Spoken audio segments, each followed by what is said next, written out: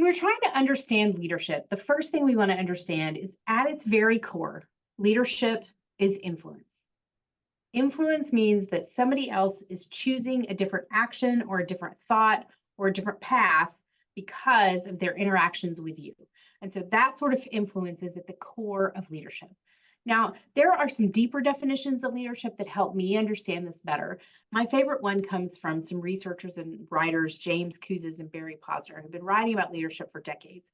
And their definition is this: leadership is the art of mobilizing others to want to struggle for shared aspirations.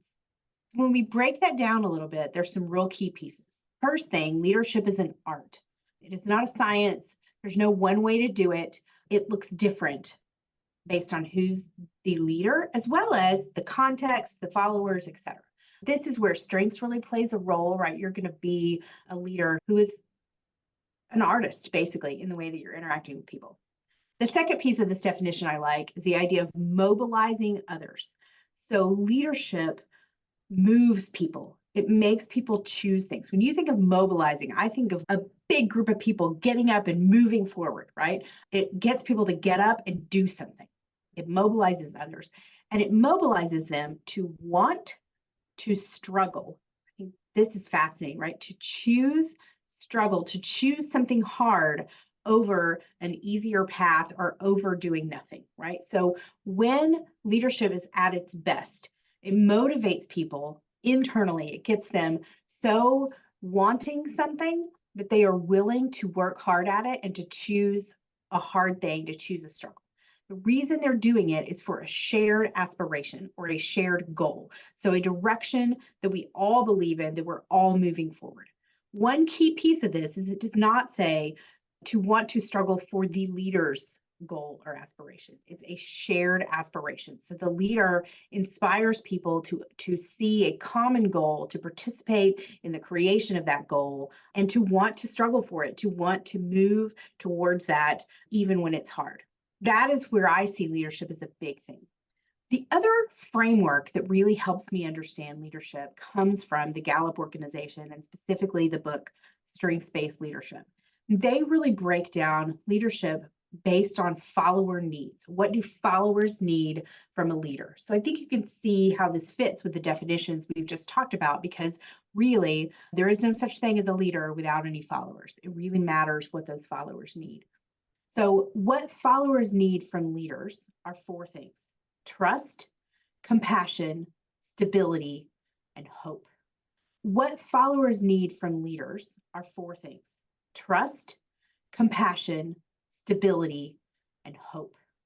So trust, they need to know that the leader is trustworthy, and they also need to feel trusted from the leader. They need to feel like the leader trusts them, believes in them, and is willing to trust them with real work. Compassion, they need to be seen by the leader and understood, and to know that the leader sees when they are struggling, and it doesn't necessarily make it easier for them all the time or always just removes every obstacle, but has some compassion for their feelings and for what those struggles are, whether they are directly related to their job or outside of it. Stability. In a leader, people really need to feel like they're in a stable place. One of the fascinating things about stability that has changed a lot over the past several decades, and particularly since COVID, a lot of things feel less stable. The reality is that the need of a follower to feel stable does not mean that things cannot be changing or that the whole organization needs to have all their ducks in a row and everything be fine. What it does mean is the leader provides stability even in the middle of that change, that the leader has a way of making people feel like their needs are still going to be met. The leader is transparent. They understand what is going on and why it's going on. That's what stability feels like. It doesn't necessarily feel like no change, nothing happening. And the final need of followers is hope. We all need to feel like we can have hope for the future. We can see that things can be better down the road.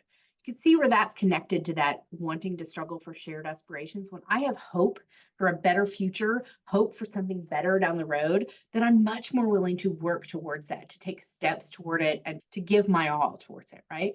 when I can't see that vision or have any hope for what might be coming down the road or what might be better if we all put this work in, my motivation to want to struggle is nil, right? Like I really don't have any motivation if I don't have that hope.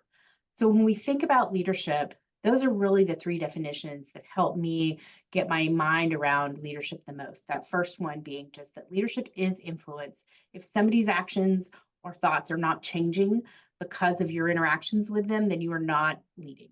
And then understanding that mobilization and working towards shared aspirations, and then understanding the needs of the followers: trust, compassion, stability, and hope.